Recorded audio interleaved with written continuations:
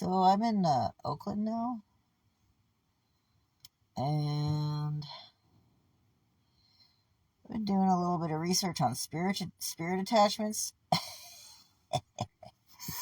Interesting, because I thought maybe I have a spirit attachment because I had my ear clogged up again. Well, at one point, this one clogged, and then this one clogged. And I was like, I don't know. Well, actually, what really tripped me off was I woke up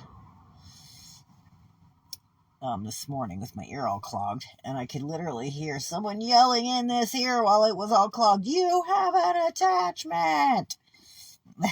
So I woke up and I was like, oh, I probably have an attachment. That does not surprise me at all, considering the fact that I've just been going through a woo-woo. I've been wading through a stream of witchy woo-ness. But, so I did a releasing ritual for the attachment.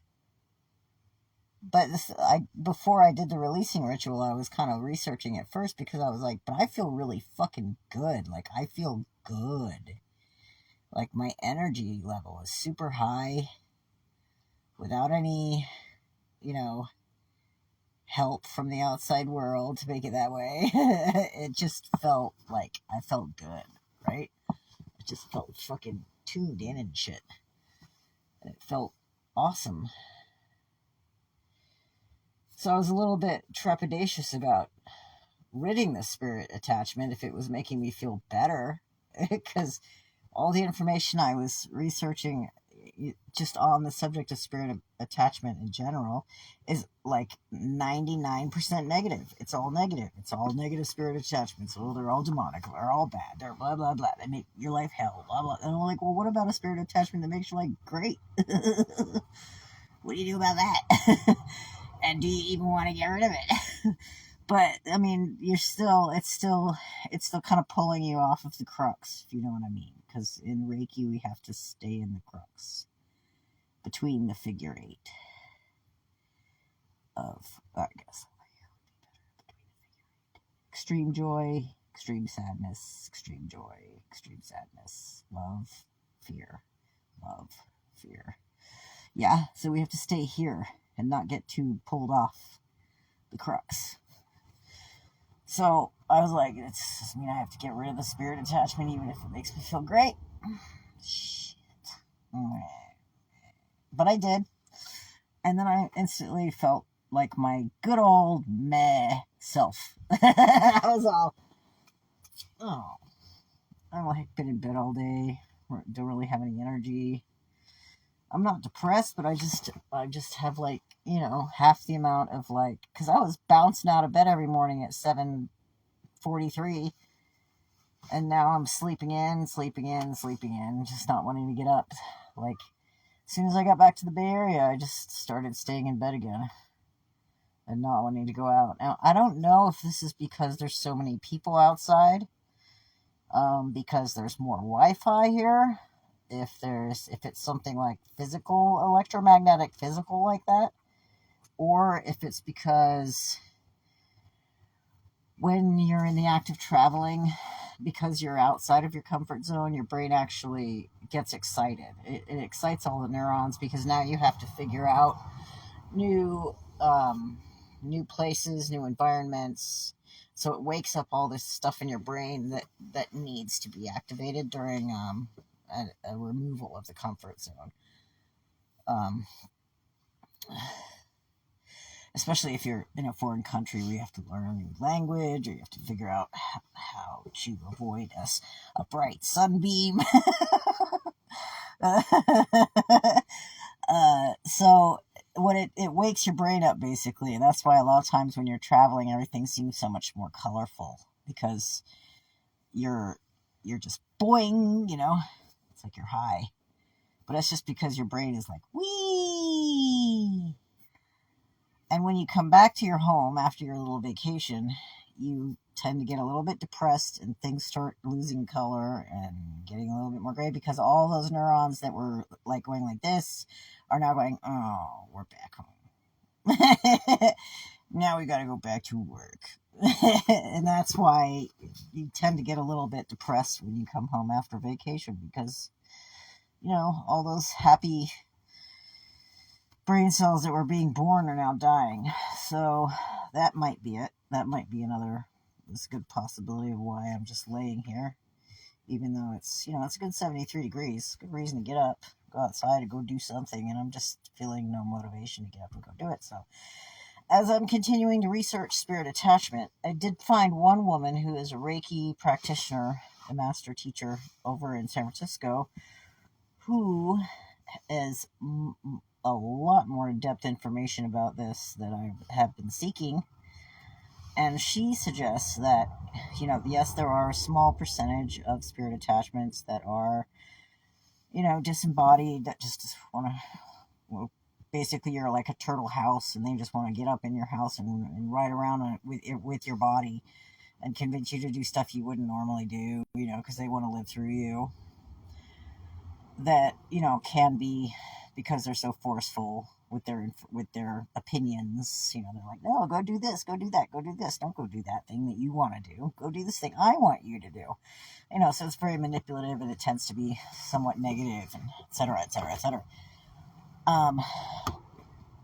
There's that a lot of times, but then there's also sometimes like your relatives that die and decide they're gonna look out for you by attaching to you and helping you, which, can sometimes be like in the gray area. It's good and it's bad. It's like having a regular parent, but inside of you.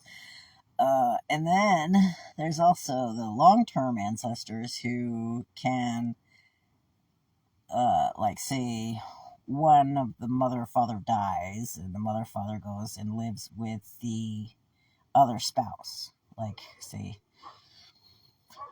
husband killed himself, so he attaches to the wife, who, when she dies, goes, oh wait, we can stay here, let's just attach to the kids. And then you've got like a big chunk of turtle shells that you're dragging around. And then they go from generation to generation to generation, and they can just keep like attaching, which is why sometimes their advice is like really out of date, because they'll be like, oh no, you're a woman, you can't drive a truck around on your own, that's not allowed. And can set up all kinds of limitations that you would never have for yourself if you were just being you, just your authentic self, right? So I just was like, boing! When I heard that, I was like, hey! So, because I had already released this positive attachment, and then I felt bad about it. I was like, oh, maybe I want them to come back because I felt good. I liked their energy too. It made me feel good. And now I'm like, well, I mean, in the interest of living an authentic life, you kind of have to live your own life, right? Yes, it's a little bit more lonely, but instead of having an entire family of ancestors living inside of you,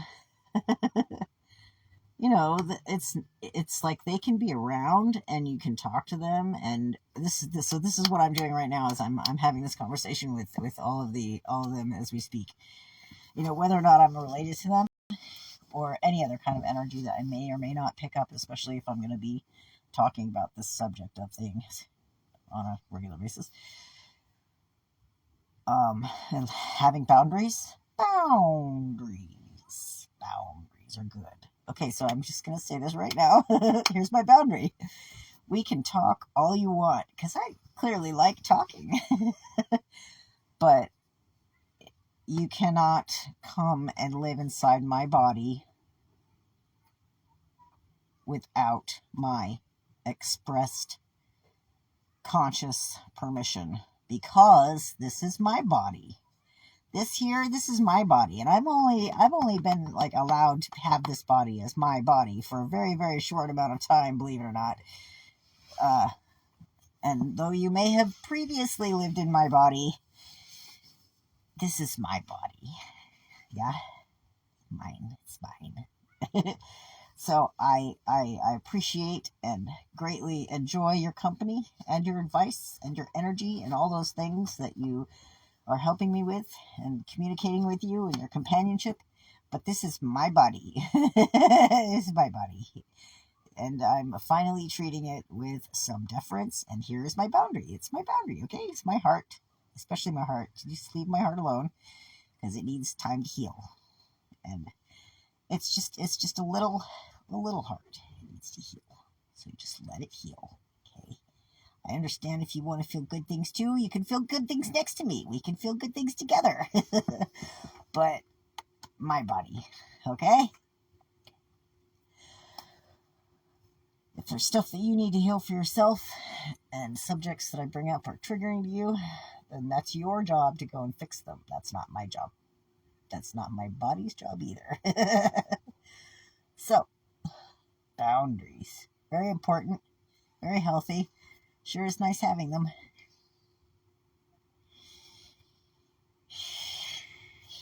Whee! So yeah, I just wanted to share that real quick. And now all of a sudden I have energy, see? Because I made that boundary. I feel more like myself again.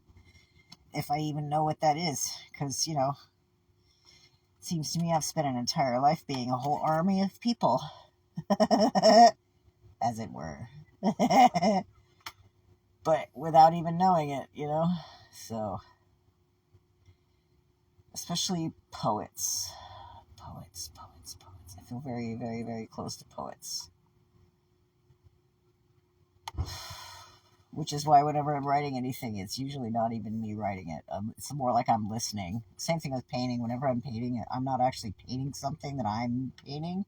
It's more like I'm pulling the painting out of the canvas. I'm just painting what I'm seeing, and I'm writing what I'm hearing, and I'm playing what I'm hearing as well, or playing what my body wants to play.